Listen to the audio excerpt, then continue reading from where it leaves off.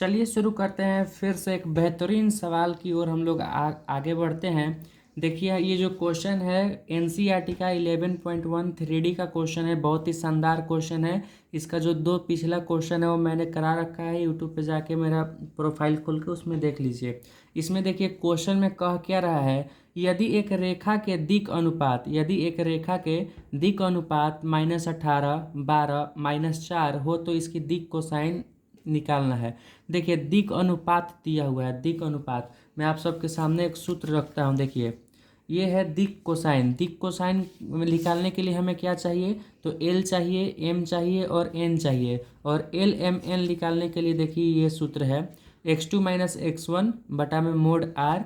अब mode are क्या होता है यहाँ पर, देखिए मोड आर का फॉर्मूला होता है √a² + b² + c²। इससे हम मोड आर निकलेगा और x2 - x1 किसके इक्वल होता है, a के इक्वल होता है। अब देखिए यहाँ पर हमारा दिया हुआ है दिक् अनुपात। दिक् अनुपात कहने का मतलब देखिए आप लोगों को यहाँ पर एक ही बिंदु दिख रहा होगा। एक ही बिंदु देख कहने का मतलब यदि क्वेश्चन ऐसे आए 2, 3, 4, 5, 6, 7, यदि क्वेश्चन ऐसे आए तो हमें डायरेक्ट यही सूत्र हमको लगाना है कि x2 - x1 वाला ये हो जाएगा x1 और ये हो जाएगा x2। तो ऐसा अगर क्वेश्चन आए तो हम लोग इस सूत्र का उपयोग करेंगे। लेकिन देखिए डायरेक्ट हमें एक ही बिंदु दे रखा है यानी दिक् अनुपात दे रखा है, तो ये क्या हो जाएगा, a हो जाएगा, b हो जाएगा, c हो जाएगा।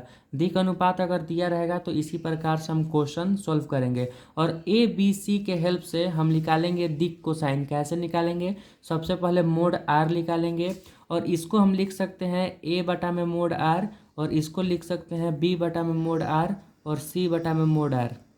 यहाँ पर आप लोग लिख दीजिएगा ऐसे। उसके बाद देखिए करना क्या है, चलिए क्वेश्चन की तरफ बढ़ते हैं। क्वेश्चन पढ़िए, यदि एक रेखा के दिक् अनुपात -18, 12, -4 हो तो इसकी दिक् कोसाइन क्या है। तो इसको करने के लिए देखिए सबसे पहले आपको मान लेना है, माना a बराबर -18, b बराबर 12 और c बराबर -4। इतना करने के बाद आपको करना क्या है कि मोड r निकालना है। मोड r का सूत्र क्या होता है, √a² + b² + c²। मान रख दीजिए -18 का होल स्क्वायर प्लस 12 का होल स्क्वायर और प्लस -4 का होल स्क्वायर।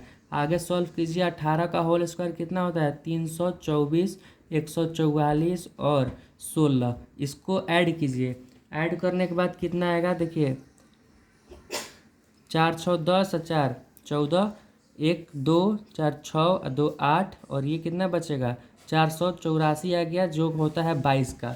उसके बाद देखिए कोसाइन निकालिए, दिक् कोसाइन। दिक् कोसाइन निकालने के लिए हम सूत्र बताए थे आपको। दिक् कोसाइन निकालने के लिए क्या सूत्र बताए थे, a बटा में मोड r।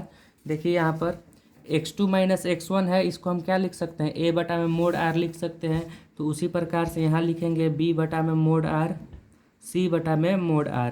तो हमारा a क्या है, -18 है, -18 बटा 22 और b क्या है 12 बटा में 22 और c -4 बटा में मोड r कितना है -22।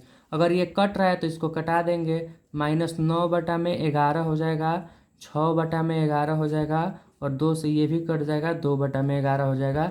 ये हमारा देखिए ये हमारा तो फाइनल आंसर हो जाएगा। एक बार और समझ लेते हैं इसको कैसे मैंने किया।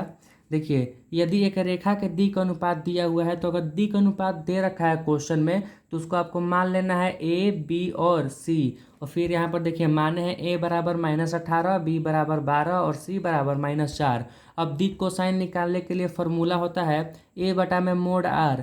तो a दिया हुआ है हमारा, मोड r निकालना है। तो मोड r के लिए सूत्र क्या होता है, a² + b² + c²। और a b c का मान देकर यहाँ पर हमने मोड r निकाल लिया। उसके बाद दिक् कोसाइन निकालने के लिए a बटा में मोड r, b बटा में मोड r और c बटा में मोड r। देखिए डायरेक्ट यहाँ पर वैल्यू को पुट करके इसको कटा दिए, 2 से 2 बार में 9 दूनी 18 और 11 दूनी 22। इसी प्रकार से ये जो है फाइनल आंसर आ गया। आशा करता हूँ आप लोगों को ये समझ में आया होगा। नेक्स्ट वीडियो आएगा और चैनल को सब्सक्राइब जरूर कर लीजिएगा और वीडियो को लाइक जरूर करिएगा।